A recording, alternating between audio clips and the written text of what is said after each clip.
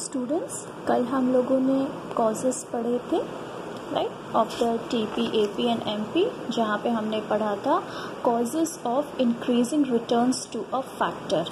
ठीक है, कौन कौन से बेसिस हैं जो इंक्रीजिंग रिटर्न्स टू फैक्टर देते हैं। पहला था हमारा fuller utilization of the fixed factor, division of labour and better coordination between the factors.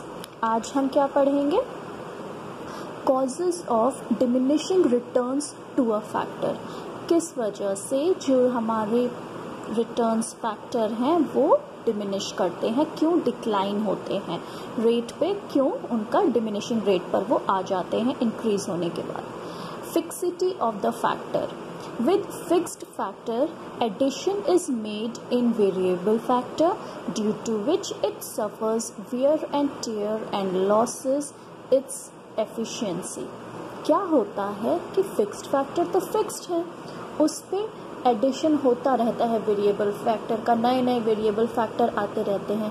Variable factor तो रिपीट नहीं होते हैं, वो तो एक लेबर आया वो तो रिपीट नहीं हो रहा है, एडिशन हो रहे हैं लेबर्स में, फिर सेकेंड लेबर आया, फिर थर्ड लेबर आया, फिर फोर्थ लेबर आया। तो यहाँ पे उनकी एफिशिएंसी में तो कोई प्रॉब्लम नहीं हो रही है क्योंकि वेरिएबल फैक्टर हैं, उनमें तो एडिशन हो जाता है। लेकिन फिक्स्ड फैक्टर क्या है? फिक्स्ड फैक्टर तो है कि जो एक ही फिक्स्ड फैक्टर है उसी पे सारे वेरिएबल फैक्टर्स जो हैं वो अप्लाई हो रहे हैं। अब जैसे एक मशीन है आपकी, ठीक है, और एक मशीन पे आपके पहले 4 लेबर आपने लगाए, उसके बाद आपने 2 लेबर और लगा दिए, तो इससे क्या हुआ, जो 4 लेबर थे उनकी एफिशिएंसी जब आपको लगा कि हाँ इनसे आउटपुट हमारा निकल रहा है, हम 2 को और लगा देते हैं अपना आउटपुट बढ़ाने के लिए, वॉल्यूम ऑफ आउटपुट बढ़ाने के लिए, तो वो जो 2 नए लेबर आएंगे वो तो फ्रेश एनर्जी के साथ आएंगे, लेकिन वो जिस मशीन को यूज़ करेंगे उसने तो पहले 4 लेबर्स के साथ ऑलरेडी काम कर लिया है, तो अब जो 2 लेबर और आएंगे वो भी उसी मशीन का यूटिलाइजेशन करेंगे। तो इसकी वजह से क्या होता है, जो फिक्स्ड फैक्टर होता है वो बार बार यूटिलाइज होता है, बार बार उसी से काम होता है, और इसकी वजह से क्या होता है, कभी कभी वो ओवर यूटिलाइज हो जाता है। और ओवर यूटिलाइजेशन मतलब उसमें वियर एंड टियर जल्दी आता है। अब जैसे आप एग्जाम्पल ले लीजिए एक साइकिल का, ठीक है, अब एक साइकिल है, आप दिन में एक बार सुबह मॉर्निंग के टाइम पे आप साइकिलिंग करने निकल गए 1 घंटे के लिए, और शाम को आप 1 घंटे के लिए साइकिलिंग करने निकल गए, तो उसकी जो लाइफ है वो एटलीस्ट 5 इयर्स तो चलेगी ही चलेगी। लेकिन अगर उसी साइकिल को आप 24 घंटों में 2 घंटे के बजाय अगर आप उसको 12 आवर्स या 16 आवर्स के लिए आप उसी साइकिल को बार बार यूज़ करेंगे, तो क्या होता है, उसकी लाइफ एक्सपेक्टेंसी जो होती है वो कम हो जाती है। जैसे आप अपने स्मार्टफोन्स ले लीजिए, अब स्मार्टफोन्स हैं उसको अगर एक लिमिटेड टाइम के लिए आप यूज़ करते हैं अपने 24 आवर्स में, तो क्या होता है कि उससे वो ज़्यादा उसकी लाइफ चलती है। लेकिन वही स्मार्टफोन अगर आप 24 घंटे ऑल द 24 आवर्स अगर आप उसको यूज़ करते हैं, तो क्या होता है, वहाँ पर उसकी जो लाइफ एक्सपेक्टेंसी है वो वहाँ पे कम हो जाती है। यही होता है आपका फिक्स्ड फैक्टर के साथ कि उसकी लाइफ कम होने लगती है, उसमें वियर एंड टेयर होने लगता है, एफिशिएंसी लूज़ करने लगती है, and this causes the depreciation का कॉन्सेप्ट आपका यहाँ पर आ जाता है। ठीक है, इसकी वजह से क्या होता है कि हमारे जो डिमिनिशिंग रिटर्न्स हमारे इस वजह से आने लगते हैं। ठीक, नेक्स्ट है आपका इम्परफेक्ट फैक्टर सब्स्टिट्यूबिलिटी, मतलब factors of production are imperfect substitute, hence diminishing returns to factor is seen when one variable factor is increased to increase output। क्या होता है कि जो फैक्टर्स ऑफ प्रोडक्शन है, फैक्टर्स ऑफ प्रोडक्शन हमारे क्या होते हैं, land, labour, capital and enterprise. अब ये जो फैक्टर्स ऑफ प्रोडक्शन है इसमें हम सब्स्टिट्यूट क्या लगा सकते हैं, इनके लिए तो हमारे पास कोई सब्स्टिट्यूट ही नहीं है, स्पेशली जो आपके फिक्स्ड फैक्टर होते हैं। अब लैंड तो आपको चाहिए ही चाहिए ना प्रोडक्शन के लिए, आप कोई भी इंडस्ट्री सेट करें आपको लैंड तो चाहिए ही, लैंड नहीं होगा तो इंडस्ट्री कहाँ पे इस्टेब्लिश करेंगे। तो लैंड अगर आपके पास नहीं है तो आप उसकी जगह क्या यूज़ कर सकते हैं, कुछ नहीं। लेबर आपको चाहिए ही चाहिए। आप कितनी भी टेक्नोलॉजी का यूज़ कर लें, आप कितने भी मशीन्स को इन्वॉल्व कर लें, लेकिन उस मशीन को चलाने के लिए भी तो आपको एक एम्प्लॉय चाहिए, एक लेबर चाहिए। सो लेबर का भी हमारे पास सब्स्टिट्यूट नहीं है। उसके बाद कैपिटल, हमें कोई भी बिजनेस स्टार्ट करना है, कोई भी इंडस्ट्री लगानी है, हमें स्टार्टिंग में कुछ तो इन्वेस्ट करना पड़ेगा, थोड़ा तो कैपिटल लगाना ही पड़ेगा। सो अब ये भी प्रॉब्लम कि कैपिटल का भी हमारे पास कोई सब्स्टिट्यूट नहीं। कैपिटल की जगह पे हम क्या यूज़ कर सकते हैं? पैसे तो हमें लगाने ही लगाने हैं। और उसके बाद मैन्युफैक्चरिंग सेक्टर जो आपका एंटरप्राइज है, आपको एक फिजिकल, एक आपकी बॉडी तो चाहिए ना जहाँ पे आप अपना बिजनेस को स्टैब्लिश करेंगे। सो ये 4 जो चीज़ें हैं बेसिकली आपकी जो फैक्टर्स ऑफ प्रोडक्शन है, इसके लिए आपके पास कोई सब्स्टिट्यूट नहीं है। तो इस चीज़ में क्या हो जाता है यहाँ पर कि hence diminishing returns to factor is seen when one variable factor is increase to increase output. अब क्या होता है कि उसी जब हमारे पास कोई सब्स्टिट्यूट है नहीं, तो जब भी आप वेरिएबल फैक्टर को अप्लाई करते हैं तो वहाँ पर आपको डिमिनिशिंग रिटर्न्स आने लगते हैं। इस वजह से क्योंकि वहाँ पर और कुछ आप अप्लाई कर ही नहीं सकते, आप ज़बरदस्ती आप बाउंड हो कि आप लेबर को ही अप्लाई करो। जब शॉर्ट टर्म है तो वहाँ पे आप फिक्स्ड और वेरिएबल फैक्टर होता है। फिक्स्ड में आप कुछ कर नहीं सकते, जो करना है आपको वेरिएबल फैक्टर्स के साथ ही करना है। तो जब जैसे जैसे आप वेरिएबल फैक्टर एक लिमिटेड फिक्स्ड फैक्टर पे आप ज़्यादा लगाने लगोगे आउटपुट को बढ़ाने के लिए, तो वहाँ पे डिमिनिशिंग रिटर्न्स आते हैं, क्योंकि जो रेशियो है वो इम्बैलेंस हो जाता है। नेक्स्ट है आपका poor coordination between the factors. When variable factor is continuously increased then the optimum ratio between fixed factor and variable factor gets disturb. अब जब भी आपको कोई भी काम करना है प्रोडक्शन वर्क का आउटपुट देने के लिए, तो आपका एक रेशियो फिक्स्ड होता है कि इतना हमें फिक्स्ड फैक्टर लेना पड़ेगा, इतना हमें वेरिएबल फैक्टर लेना पड़ेगा, ठीक है, और हम प्रोडक्शन कर सकते हैं। अब क्या होता है, शॉर्ट टर्म में हमने थोड़ा थोड़ा वेरिएबल फैक्टर का चेंज करने लगते हैं, लेकिन जब हम ज़्यादा वेरिएबल फैक्टर का एप्लीकेशन करते हैं तो जो रेशियो है अगर वो उसमें ज़्यादा उतार चढ़ाव आ जाते हैं तो उसकी वजह से भी डिमिनिशिंग रिटर्न्स आ जाते हैं। क्योंकि एक फिक्स्ड के ऊपर आप अगर आपका जो फिक्स्ड फैक्टर है, मान लीजिए आप 2 units of fixed factor use कर रहे हैं और वेरिएबल जो है वो भी आप 2 यूनिट यूज़ कर रहे हैं, ठीक है। तो 2 हमने यूज़ किया, हमें आउटपुट बढ़ाना है तो हमने 4 कर दिया, हमने 6 कर दिया, ठीक है, यहाँ तक तब भी एक्सेप्टेबल है। लेकिन फिक्स्ड फैक्टर आपका 2 है, ठीक है, और वहाँ पे आप मान लो कि आपने 20 लेबर्स लगा दिए, तो किसी काम के हैं क्या वो लेबर्स? वो जो आपका एप्लीकेशन हो रहा है, इनकी जो आपको प्रोडक्ट देंगे वो तो कुछ भी नहीं होगा, क्योंकि इनके काम करने का कोई मतलब ही नहीं होता इतने ज़्यादा का। जब उस पर आपके 2 लोग भी काम कर रहे थे, 4 भी काम कर रहे थे, 6 भी काम कर रहे थे, मैक्सिमम आप 6 तक रखिए, ठीक है। उससे ज़्यादा अगर आप ले जाते हैं तो वहाँ पे आप एक्स्ट्रा एप्लीकेशन कर रहे हैं अपने लेबर का, जो आउटपुट तो इन्वॉल्व तो हो रहे हैं, लेकिन जो आपका मार्जिनल प्रोडक्ट है वो कहीं ना कहीं इसमें डिमिनिश कर जाता है ना। नेक्स्ट हम आते हैं what are the assumptions of the law. किस किस टॉप पॉइंट पे हमारा जो लॉ है वो सस्टेन करता है, हम क्या क्या चीज़ें अज्यूम करते हैं, क्या क्या चीज़ें हम मान के चलते हैं जब हम ये law of diminishing variable proportions जो हैं इसको पढ़ते हैं, ठीक है। Ratio in which factors of production are combined could be changed. पहला हमारा क्या था, वेरिएबल और जो हमारा फिक्स्ड फैक्टर है उनके बीच का जो रेशियो है वो चेंज किया जा सकता है। नेक्स्ट है variable factor units are equally efficient and are engaged 1 by 1।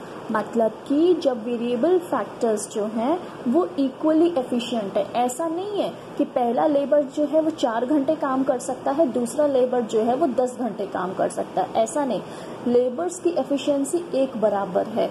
और जब आप वेरिएबल फैक्टर्स का एप्लीकेशन करते हैं तो 1 by 1 आप ऐड करते हैं, एक साथ आप 10 नहीं ले आते, आप 1 by 1 को ऐड करते हैं मार्जिनल प्रोडक्ट, क्योंकि आपको वहाँ पे एस्टिमेट करना होता है। नेक्स्ट है आपका state of technology does not change. जो टेक्नोलॉजी आप यूज़ कर रहे हैं वो भी आप चेंज नहीं कर रहे हैं, टेक्नोलॉजी जो आप यूज़ कर रहे हैं वो वैसे के वैसे सस्टेन कर रही है। Next, conclusion of the law. इस लॉ से हमें क्या कंक्लूड कर सकते हैं? As a producer one will stop only in stage 2। The producer will find his equilibrium only in stage 2 of production when MP is declining but remains positive। ठीक है, अब क्या होता है कि कई बार आपसे पूछा जाएगा कि ये जो हमने इतने सारे स्टेजेस पढ़े थे, ये जो आपका स्टेज 1 था, स्टेज 2 था, स्टेज 3 था, ठीक है, तो इसमें आपसे कई बार पूछा जा सकता है कि एक जो प्रोड्यूसर है वो फर्स्ट स्टेज में प्रोड्यूस करेगा? आप कहेंगे हाँ करेगा, क्यों नहीं करेगा, क्योंकि टीपी तो उसका पॉजिटिव है, एमपी उसका इंक्रीज कर रहा है, वो क्यों नहीं प्रोड्यूस करेगा। फिर आपसे पूछा जा सकता है कि क्या वो स्टेज 2 में कोई भी प्रोड्यूसर प्रोड्यूस करेगा? बोलते कि हाँ यहाँ भी करेगा, क्योंकि यहाँ भी जो मार्जिनल प्रोडक्ट है वो उसको पॉजिटिव मिल रहा है, माना कि डिमिनिश कर रहा है, माना कि डिक्लाइन कर रहा है, लेकिन पॉजिटिव है, कुछ तो आउटपुट आ रहा है, पॉजिटिव आउटपुट आ रहा है, तो यहाँ भी वो डिक्लाइन करेगा, सॉरी यहाँ पे भी वो जो है आपको प्रोडक्शन करेगा। लेकिन अगर आप उससे पूछें क्या वो स्टेज 3 में प्रोड्यूस करेगा, तो अगर वो स्टेज 3 में प्रोड्यूस करता है तो वो उसका लॉस है। क्यों? क्योंकि यहाँ पर जो एमपी है वो नेगेटिव जा रहा है, वेरिएबल फैक्टर वो आगे से आगे लगाए जा रहा है, लेकिन उसके एमपी तो यहाँ पे नेगेटिव हो जाएगा। तो he is a fool if a producer is producing in third stage. जो प्रोड्यूसर है वो स्टेज 2 तक ही रहेगा, किसी भी हाल में स्टेज 3 पे कोई भी प्रोड्यूसर नहीं जाएगा, क्योंकि यहाँ पे जाते ही ही has to incur a huge amount of loss. ठीक है, तो ये चीज़ को हम देख लेते हैं कि कंक्लूजन क्या था कि as a producer one will stop only in stage 2। The producer will find his equilibrium only in stage 2 of production when MP is declining but remains positive। ठीक है, नेक्स्ट हम पॉइंट देखते हैं पोस्टपोनमेंट ऑफ द लॉ। ठीक है, situation of diminishing MP। कौन से situation होते हैं जहाँ पे MP जो है वो डिमिनिश करती है? पहला, इम्प्रूवमेंट इन टेक्नोलॉजी और substitute of fixed factor is discovered. मतलब कि ये जो आप लॉ पूरा पढ़ रहे थे, लॉ ऑफ वेरिएबल प्रोपोर्शन, ये किस सिचुएशन में काम नहीं करेगी? ठीक है, किस सिचुएशन में ये काम नहीं करेगी? कहाँ नहीं करेगी? जहाँ पे टेक्नोलॉजी ने आपने चेंज कर दिया, जहाँ पे आपने टेक्नोलॉजी में इम्प्रूवमेंट कर दिया, और जहाँ आपने सब्स्टिट्यूट ढूंढ लिया फिक्स्ड फैक्टर का और उसको आपने अप्लाई कर दिया, उस केस में ये लॉ आपका काम नहीं करेगा। लेकिन क्योंकि हमें पता है सब्स्टिट्यूट जो हमारे फिक्स्ड फैक्टर्स हैं उनका ढूंढा नहीं जा सकता, इसलिए कहीं ना कहीं ये जो सिचुएशन है ये आपकी अराइज ही नहीं होगी। जो आपका लॉ ऑफ वेरिएबल प्रोपोर्शन है वो प्रिवेल करेगा ही करेगा जब तक आप टेक्नोलॉजी में अपने चेंज नहीं करते, और जब तक आप जो सब्स्टिट्यूट गुड्स हैं, सब्स्टिट्यूट आपके फैक्टर्स हैं, फिक्स्ड फैक्टर्स, आप उनका नहीं ढूंढ लेते। ठीक है, next we see the shapes of TP and MP. ठीक है, वो पिछले जो मैंने डायग्राम बताया था, मैंने आपको सिचुएशन बताई थी। अब टीपी और एमपी और एपी, इनकी आप शेप्स देख लीजिए। जो टीपी होगा वो पहले ऐसे जाता है, बहुत कम रेट पे बढ़ता है, फिर सडनली उसमें इंक्रीज आता है, फिर जब वो इंक्रीजिंग रेट पे बढ़ता जाएगा और इंक्रीजिंग रेट पे बढ़ने के बाद वो यहाँ पे मैक्सिमम पे जाके टीपी फिर डिक्लाइन कर जाता है। जो आपका एमपी होता है वो क्या होगा? वो इंक्रीजिंग रेट पे जाएगा और फिर वहाँ से वो डिमिनिशिंग रेट पे इंक्रीज करेगा, डिमिनिश करता है और उसके बाद 0 पे आके वो नेगेटिव हो जाएगा। और जो आपका एवरेज प्रोडक्ट होता है वो आपका स्टार्ट होने के बाद एक मीडियम पेस पे जाते हुए फिर वो थोड़ा सा हाई पे जाके फिर डिक्लाइन होकर फिर वो नॉर्मल रहेगा, मतलब पॉजिटिव रहेगा, क्योंकि एपी जो होता है वो TP upon you could say the units involve होता है। ठीक है, नेक्स्ट हम आते हैं relationship between TP and MP. हम ये देख लेते हैं what is the relationship between TP and MP. So long as MP is increasing, TP increases at increasing rate, जब तक एमपी आपका इंक्रीजिंग रेट पे इंक्रीज कर रहा है तब तक आपका जो टीपी है, देख रहे हैं आप, इंक्रीजिंग रेट पे यहाँ पे ये इंक्रीज कर रहा है। When MP starts diminishing, TP increases only at a diminishing rate, जब आपका जो एमपी है वो यहाँ पे डिमिनिश करना स्टार्ट करता है, उस केस में जो टीपी है वो बढ़ेगा लेकिन डिमिनिशिंग रेट पे बढ़ेगा। Then when MP is 0 TP is maximum, देख रहे हैं आप यहाँ पे भी, व्हेन एमपी जहाँ पे 0 होता है वहाँ पे टीपी आपका मैक्सिमम हो जाता है, और जब आपका एमपी नेगेटिव हो जाएगा तो टीपी आपका वहाँ पे डिक्लाइन करता है। अब हम देखते हैं relationship between AP and MP. AP और एमपी का रिलेशनशिप क्या होता है, ठीक है। AP increases as long as MP is more than AP, ठीक है। जहाँ तक आपका जो एमपी है वो एपी से ज़्यादा होगा, मार्जिनल प्रोडक्ट जो है वो एवरेज प्रोडक्ट से जहाँ तक ज़्यादा होगा वहाँ तक आपका एपी इंक्रीज कर रहा है। ये देख रहे हैं आप, यहाँ तक ज़्यादा है, यहाँ तक ज़्यादा है, तो यहाँ तक ये इंक्रीज कर रहा है। फिर AP decreases when MP is less than AP, ठीक है। जब यहाँ पर आप देख रहे हैं यहाँ से क्या हो रहा है, यहाँ से ये जो एपी है, एपी को ये कट करके जब ये इससे कम हो गया, मतलब इतना, जब तक आपका एमपी जो है वो ज़्यादा है आपके एपी से, वहाँ तक आपका जो एपी है वो इंक्रीज कर रहा है। लेकिन जहाँ आपका एमपी इस लाइन के नीचे, एपी के नीचे गया, आपका एमपी मतलब उससे कम हो गया, तो जहाँ वो आपका एमपी एपी से कम हुआ वहाँ पर एपी जो है वो भी देखिए आप धीरे धीरे डिक्लाइन कर रहा है। यहाँ पे आपका एपी भी डिक्लाइन करने लगता है, और AP is at its maximum when AP equals to MP. जहाँ पर ये पॉइंट है, जहाँ पर आपका एपी और एमपी इक्वल हुआ, इस पॉइंट पे एपी आपका मैक्सिमम होता है। देख रहे हैं आप, ये मैक्सिमम पॉइंट है एपी का। जहाँ पर आपका एमपी और एपी इंटरसेक्ट कर गया, जहाँ पे ये इक्वल हो गए, वहाँ पर आपका एपी हमेशा मैक्सिमम होगा, ठीक है।